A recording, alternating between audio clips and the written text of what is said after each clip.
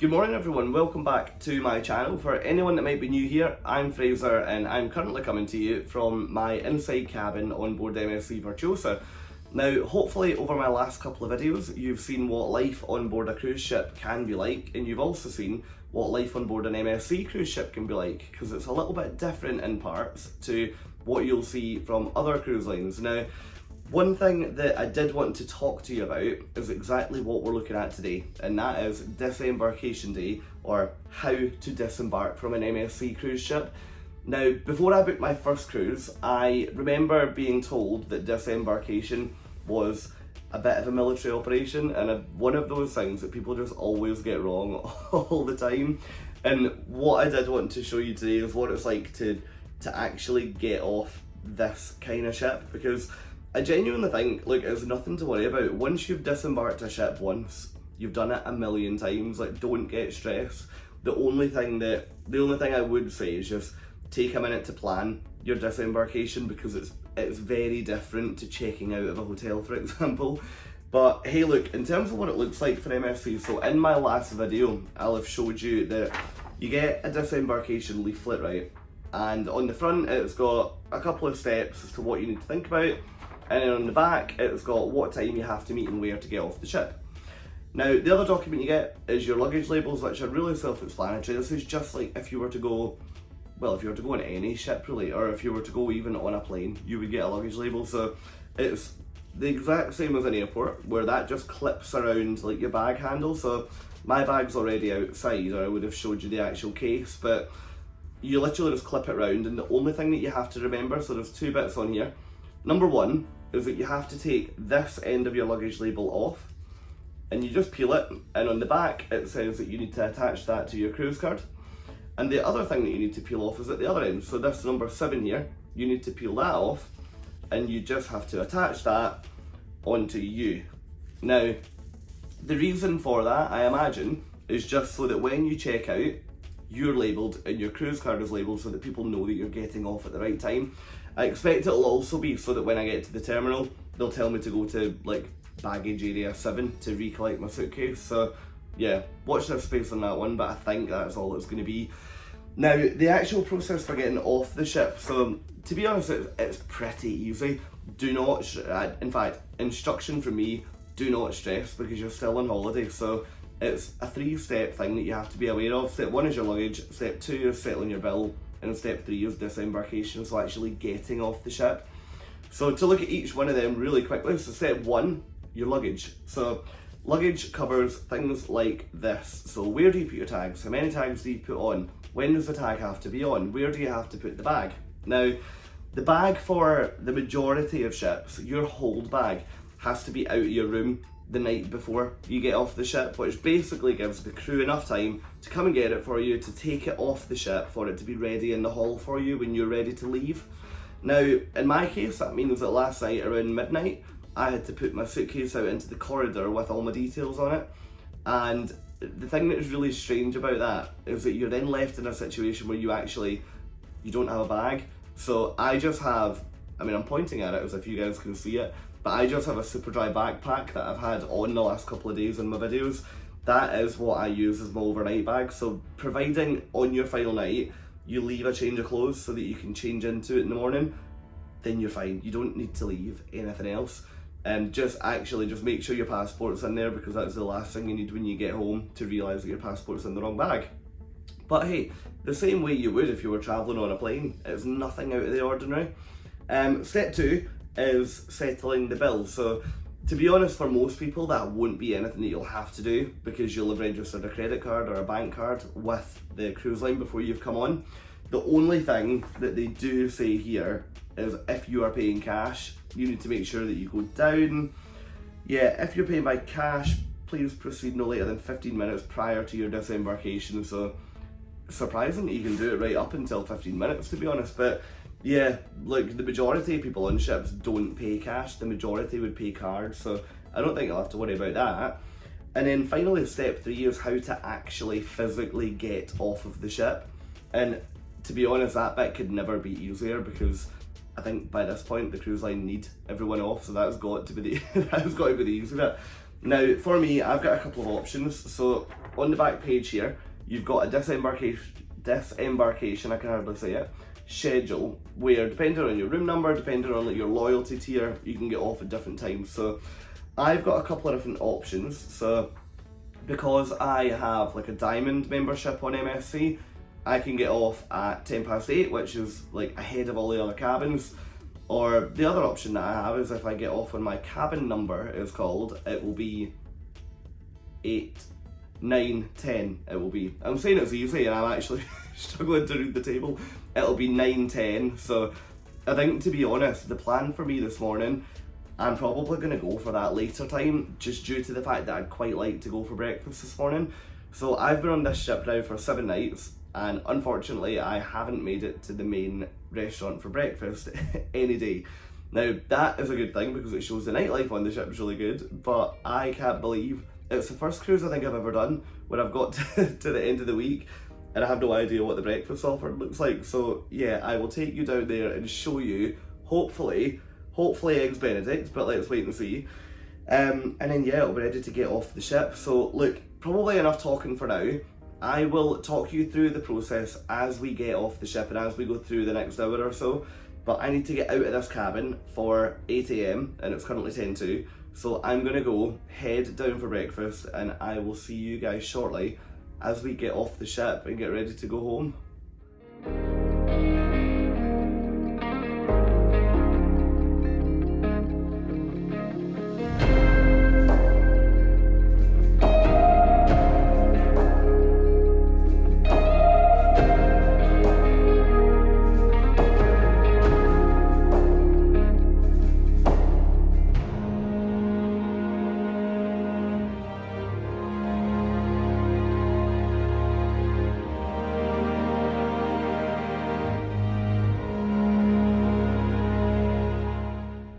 Yeah, so one last walk outside before heading home. You can maybe see behind at the moment that I don't have a free hand, but where that tripod ends, you'll see that the new P&O ship, which is called Arvia, has actually just arrived back this morning from her maiden voyage. So a couple of you guys were on there actually, so hopefully everyone has had a good time. I actually can't wait to see what that's looked like over the next couple of weeks.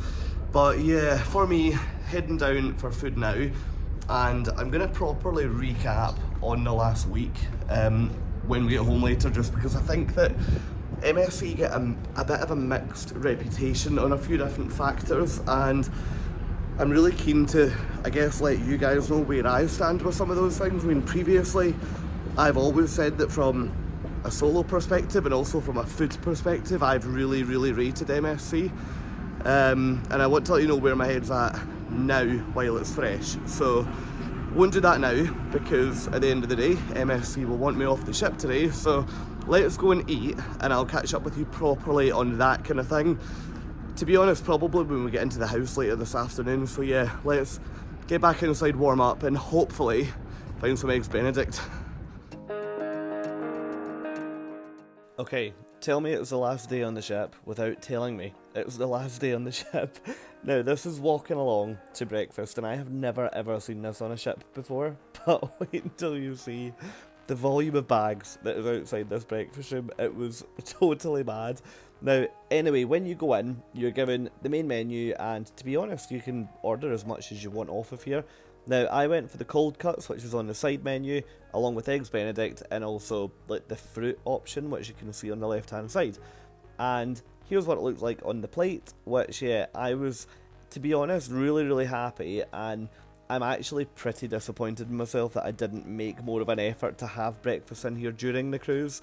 So my tip is that if you are planning to cruise on Virtuosa, make sure you have a main dining room breakfast, because the quality definitely felt as though it was there.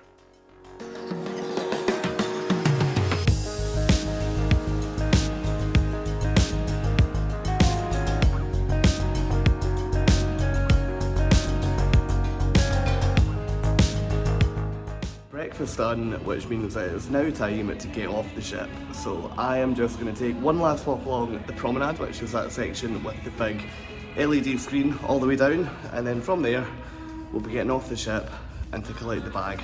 So yeah, this is it.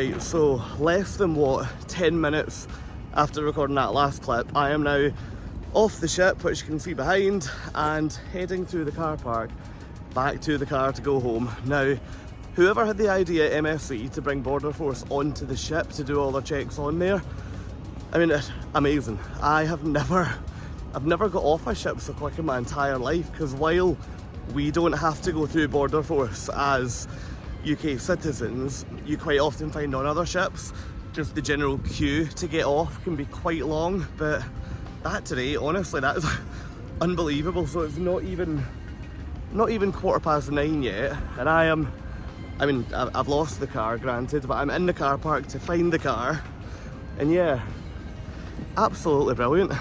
Okay, I have got a little bit of a confession to make, and the eagle-eyed among you might already know where this is going. But you might notice that I've got a bit of a different haircut now to what I had earlier in the video. I'm also dressed differently to what I was literally 10 seconds ago in the video. So just to explain myself, when I got home, I got so distracted by putting the washing on and actually just trying to get my life in order to get back to work, that I completely forgot to record a clip to catch up with you guys about the week on board. So yeah, this has been recorded slightly later, but hey, that explains why I might look a little bit different. But look, in order to recap on Virtuosa, now there was a couple of bits that I said while we were on the ship that I wanted to catch you guys on today. Number one was some of the differences, maybe, that MSC has to a lot of other cruise lines. So what makes them different to Royal Caribbean, to P&O, to Norwegian. And also the second thing was how MSC are from a solo traveller perspective, because that's one thing that I previously have really raved about them, and I would hate to do that now if what I'm going to tell you guys is that they've declined. So bear with me and I will fill you in on that in a little minute. But first of all, in terms of what makes MSC different to a lot of other cruise lines, now I hadn't noticed the true extent of this before due to the itineraries that I've cruised on Virtuosa. Now, MSC are pretty famous actually across the industry for offering a cruise that you can get on or off at pretty much any port. So typically, on the cruise that I've just done, you would join the ship, as I did, from your home port, so from Southampton in my case. You would visit the other ports for the week, and you would then get off back at your home port. So for me, that was getting back off at Southampton. Now, there were a lot of people on the ship who their home port was Hamburg. Almost forgot where we went there. Or their home port may have been Bruges, their home port may have been Rotterdam. And what that meant is that every single night of the cruise, when you were docking somewhere the next day, there was always people that were preparing to get off the ship and go home. So realistically, that means that there's suitcases in the corridors that night when you're going back to the room. It means that when you go for breakfast the next morning, which, granted, before anyone says anything, I know I didn't really make it to breakfast at any point, but you'll have seen earlier in this video that on a disembarkation day, there's like quite a lot of suitcases kind of outside the dining room and things. It also means that because people can embark at any port, there's a lot, and take it from me, there is a lot of safety announcements, evacuation drills, and just general notifications that you would give to a cruiser on their first night. Now, that usually wouldn't bother me, but I think what I experienced this week was because of the fact that those announcements are happening every single day, and they're happening in 3-4 different languages sometimes. It can sometimes feel, I've noticed it more due to the fact that this week I've been trying to talk to you guys actually, because there's been so many clips and so many outtakes that I'll get like 30 seconds in and suddenly the ping pong announcement will go off and I'll have to cut it. So actually, I don't know, if I wasn't recording, I'm not sure if it would annoy me as much, but I definitely felt a real presence from like the cruise director and the various people who were doing the announcements this week. Now, that isn't the case on every itinerary, because on some MSC routes, you will get on and get off with everyone at the same port. So, for example, if you take Virtuosa to Norway from Southampton, you will do an embarkation at Southampton, you'll sail up to Norway, do 5, 6, 7 nights, however long up there, and then you'll come back down and the ship will then, I guess, release everyone to go home. Can't think of the better word for that, but release everyone to go home. Now, that'll also be the case if you do some Caribbean routes with MSC, where you're going in and out of Miami, because when you go to the smaller islands, they're typically not seen as key ports that you can embark or disembark from. But you will see that happening if you take a Mediterranean cruise, and you could get on in Genoa, you could get on in Marseille, you could get on and off in Barcelona. So definitely one just to be mindful of. Personally, I don't think it really impacts the cruise experience that much. I think it's just different because there's always fresh faces on the ship, which, yeah, I think it caught me a little bit off guard this week. Now, the second thing that I wanted to, I guess, update you on now was just how MSC are doing from a solo traveller point of view. Now, if you followed the channel for a while, you'll know that my first MSC cruise was on Orchestra, which was one of the older ships, and they weren't just bad for solo travellers, they were just awful, and I felt as though the crew felt really awkward around me, other passengers felt really awkward around me. I was put at a table of people that spoke no English at all, and it was, personally, I'm actually amazed that I took another cruise after that. I don't know why I did. I must have just had one booked and felt the need to go on it, because that was a real struggle for me getting through those days on Orchestra. Now, I'm delighted to report that MSC have essentially just repeated the experience that I had on Virtuosa back in May to Norway on the ship a few weeks ago. Now, from drinks to catch up and meet people, all the way through to sitting at dinner tables with other solos. There's a couple of other things that they've also done this week, a few weeks back, that I have been really, really impressed with, and I will do a separate video to walk you through that. But I'm aware of the fact that I've been talking for a few minutes now, and yeah, we probably should think about wrapping up. So yeah, watch this space and we'll get, I guess, a full brief on solo travelling with MSC uploaded over the next couple of weeks. But I guess for now, that brings me to the end of this video, and that also means the end of this vlog series. Now, I really hope that you've enjoyed seeing a little bit about what life on Virtuosa looks like when you're going out of the UK for a key event like New Year. My next trip, and I have now told you guys, so I honestly can't wait for it. My next trip is going to be huge because I'm in the process right now of the house I'm in here is getting packed into storage, and I'm actually going to be moving on to cruise ships. So from the 25th of March, which at the point of recording this is in about 2.5 weeks time, I will be boarding MSC World Europa, where I'll be spending the next 21 nights to come back to Europe. And from that point, I will be having, hopefully, the 2023 that I could never have dreamed of. I will be ship hopping across multiple continents and taking you guys with me for the ride. So hopefully you'll come along and, I guess, experience a bit of the world with me. But look, for now, thank you so much for watching this series. Thank you so much for anyone that's left a comment below. It's been really good to engage with more of you in this series than I ever have before. And yeah, I will speak to all of you when we are boarding MSC World Europa over in Dubai in about 2 weeks. So yeah, thank you for watching and catch up soon. Cheers guys. Bye.